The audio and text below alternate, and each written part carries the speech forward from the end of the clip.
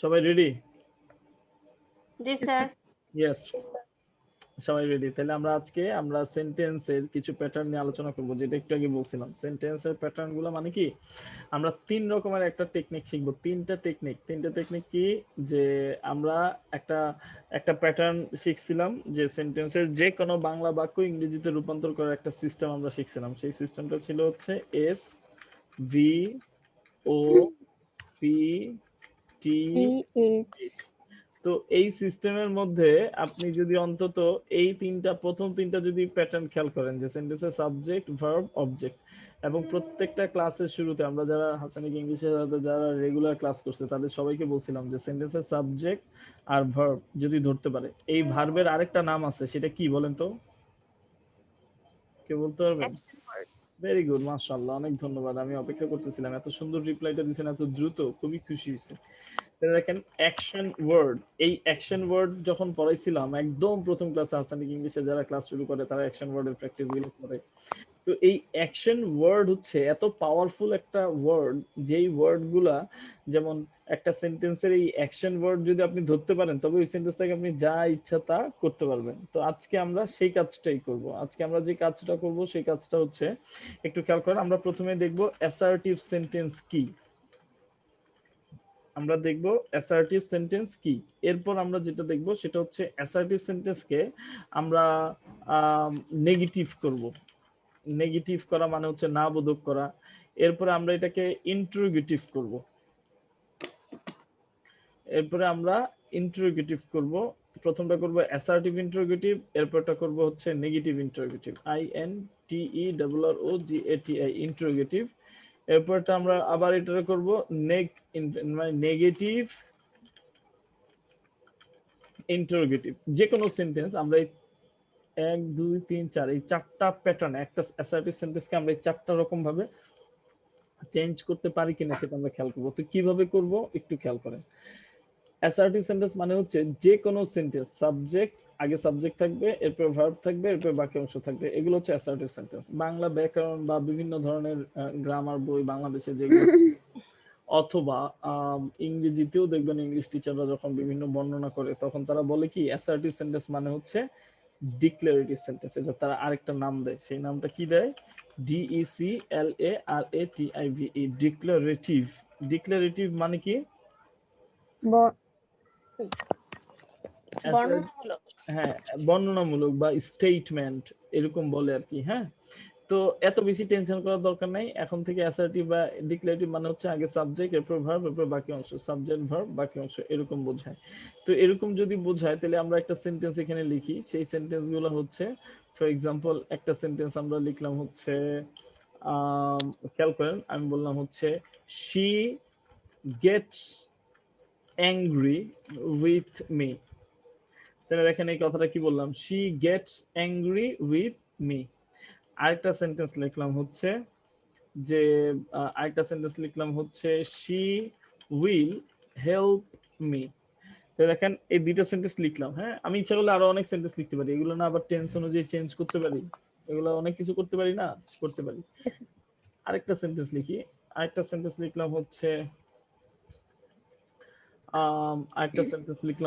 For example she hated me.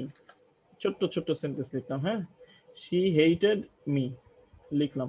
তো আশা করি আপনারা বুঝতে পারতেছেন, তিনটা সেন্টেন্স ধরতে পারছেন। এই সবগুলো সেন্টেন্স হচ্ছে অ্যাসার্টিভ সেন্টেন্স। মানে হচ্ছে কি, এই সেন্টেন্সের সাবজেক্ট, এরপর ভার্ব, এরপর বাকি অংশ, সাবজেক্ট ভার্ব বাকি অংশ, এটা ফিউচার, এটা পাস্ট, এটা প্রেজেন্ট ইনডিফিনিট, এরকম। তো যত সেন্টেন্স পাবেন তত টেন্স অনুযায়ী থাকবে, কোনো সমস্যা নেই।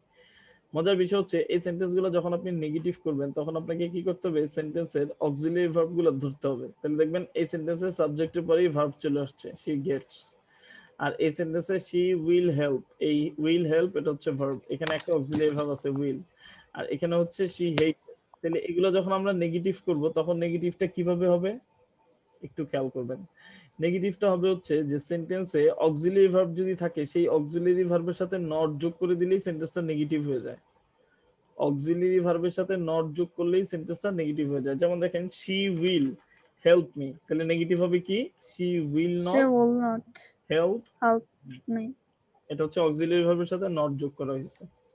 আচ্ছা, এখানে অক্সিলারি ভার্ব নাই, she hated me, এখানে হচ্ছে she gets angry। কোন সেন্টেন্সে যদি অক্সিলারি ভার্ব না থাকে তবে সেই সেন্টেন্সে অক্সিলারি ভার্বের কাজ করে কে? Do Do, did, does. Do, did, does, এরকম। তাহলে এখানে আছে she gets, তাহলে আনসারটা হবে she does not। It Does doesn't. not. এই ডাজ নটটাকে সংক্ষেপে কেউ ডাজেন্ট বলে আর কি।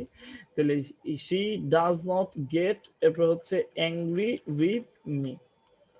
ঠিক একই রকম ভাবে একটু খেয়াল করবেন, ঠিক একই রকম ভাবে কেউ যদি এর পরের সেন্টেন্সটা বলে যে she hated me, তাহলে অ্যান্সারটা কি হবে? she didn't She hate did me. not hated me. did not, Hate me. এরপর হচ্ছে hate me। এখানে আর hated হবে না, did not এর পরে সবসময় ভার্বের base form, do, did, does এগুলোর পরে সবসময় ভার্বের বেস ফর্ম হবে। আচ্ছা, যদি she hated me না থেকে এখানে যদি থাকতো এরকম যে she is hating me, তাহলে কি হইতো? He isn't hating she is me. not, ওই যে অক্সিলারি ভার্ব আছে কন্টিনিউয়াস টেন্সে, তো সেক্ষেত্রে is not হইতো। আচ্ছা, যদি এখানে থাকতো এরকম যে she was not helping me, তাহলে নেগেটিভ, ওই যে was not লিখছি, কারণ কি? কারণ এই অক্সিলারি ভার্বের সাথেই not যোগ হইছে। বুঝতে পারছেন আমার কথাটা? Yes, sir. আচ্ছা, এবার দেখেন ইন্টারোগেটিভ করার কাজটা কি? একদমই সহজ। কোন সেন্টেন্সে যদি অক্সিলারি ভার্ব থাকে তবে সেই অক্সিলারি ভার্বটা সাবজেক্টের আগে নিয়ে গেলে সেটা ইন্টারোগেটিভ হয়ে যাবে। তার মানে she gets angry with me, এই সেন্টেন্সের মধ্যে কোনো অক্সিলারি ভার্ব নাই, তাহলে সাবজেক্টের আগে আপনি কোন ভার্বটা নিয়ে যাবেন? ওই যে গেটস এর সাথে এস Does. ছিল, তাহলে ডাজ চলে যাবে। তাহলে হবে does she get She angry get with, angry with me. এরপর একটা কোশ্চেন মার্ক। দেখেন যদি নেগেটিভ ইন্টারোগেটিভ বলে তাহলে ওই যে প্রথম অক্সিলারি ভার্ব এটার সাথে নট যোগ হবে, doesn't Doesn't she? does not she get angry with me, that's enough। and then same, একটু খেয়াল করেন, প্রতিধ্বনি হচ্ছে। she will not help me, she will help me, she will not help me। এবার দেখেন এটা যদি আমরা ইন্টারোগেটিভ করি তাহলে অ্যান্সারটা হবে কি? will Will she help me? help me। যদি এটাকে আমরা নেগেটিভ ইন্টারোগেটিভ করি তাহলে অ্যান্সারটা কি হবে? Will not. not she help me। এরপর হচ্ছে কি যে she hated me, যদি আমরা এটাকে ইন্টারোগেটিভ করি তাহলে অ্যান্সারটা কি হবে? পজিটিভ ইন্টারোগেটিভ, মানে হচ্ছে did she hate me। আর যদি নেগেটিভ ইন্টারোগেটিভ করি তাহলে কি হবে? didn't। Didn't. ডিড, এরপরে ডিডেন্ট তো হচ্ছে শর্ট ফর্ম করে বললে, কিন্তু এটা আসলে হচ্ছে ডিড নট। তাহলে did not she hate me, that's enough. তাহলে এই যে একটা সেন্টেন্স থেকে অক্সিলারি ভার্বটা ধরে অক্সিলারি ভার্বের সাথে নট যোগ করা, অক্সিলারি ভার্বটা সাবজেক্টের আগে নিয়ে গিয়ে এরপরে মূল ভার্বটা লেখা, ইন্টারোগেটিভ তৈরি করা, আবার অক্সিলারি ভার্বের সাথে নট রেখে ইন্টারোগেটিভ তৈরি করা, মানে নেগেটিভ ইন্টারোগেটিভ। এই প্যাটার্নগুলো আপনাদেরকে একটু লিখে লিখে প্র্যাকটিস করতে হবে, এবং আপনি যখন লিখে লিখে প্র্যাকটিস করবেন তখন আপনার ভিতরে দেখবেন একটা অন্যরকম পরিবর্তন চলে আসছে। আপনি আপনি ইউ উইল ফিল কমফোর্টেবল, আপনি আরো কমফোর্টেবল ফিল করতে পারবেন এবং আরো ভালোভাবে আপনি পারবেন। তাহলে দেখেন আমি এই জায়গার ভিতরে আরো কিছু সেন্টেন্স দিচ্ছি, এই সেন্টেন্সগুলো আপনারা একটু চেঞ্জ করতে পারবেন কিনা একটু খেয়াল করেন। ফর এক্সাম্পল আমি এখন আপাতত তিনটা সেন্টেন্স দিচ্ছি, এই তিনটা সেন্টেন্স আমি কি কি দিচ্ছি সেটা একটু খেয়াল করবেন সবাই, এবং এই তিনটা সেন্টেন্সের উত্তর সবাই কমেন্ট বক্সে লিখে দিবেন। আমরা দেখবো যে সবাই কে কে অ্যান্সার গুলো করতে পারছে এবং কে কে করতে পারে নাই। আচ্ছা, প্রথম যে সেন্টেন্সটা আমি দিচ্ছি সেই সেন্টেন্সটা হচ্ছে, একটু খেয়াল করেন, প্রথমটা দিচ্ছি হচ্ছে number 1, Fortune favours the brave. তাহলে আপনি এটা থেকে কয়টা সেন্টেন্স তৈরি করবেন? 4টা। একটা তো করাই আছে, আরো 3টা করবেন। হ্যাঁ, এই এরপরে হচ্ছে 2 নাম্বার সেন্টেন্স দিচ্ছি। 2 নাম্বার সেন্টেন্সটা হচ্ছে, আই এম সরি ফরচুন বানানটা ভুল হইছে আমার, FORTUNE ফরচুন। ওয়েল, এর পরেরটা হচ্ছে 2 নাম্বার সেন্টেন্সটা লিখবেন হচ্ছে, খেয়াল করেন, Karim cut his nail, NAIL nail, yesterday. এটা একটা সেন্টেন্স দিলাম। এরপরে 3 নাম্বার সেন্টেন্সটা দিই। 3 নাম্বার সেন্টেন্সটা হচ্ছে, বিলকিস মাই letters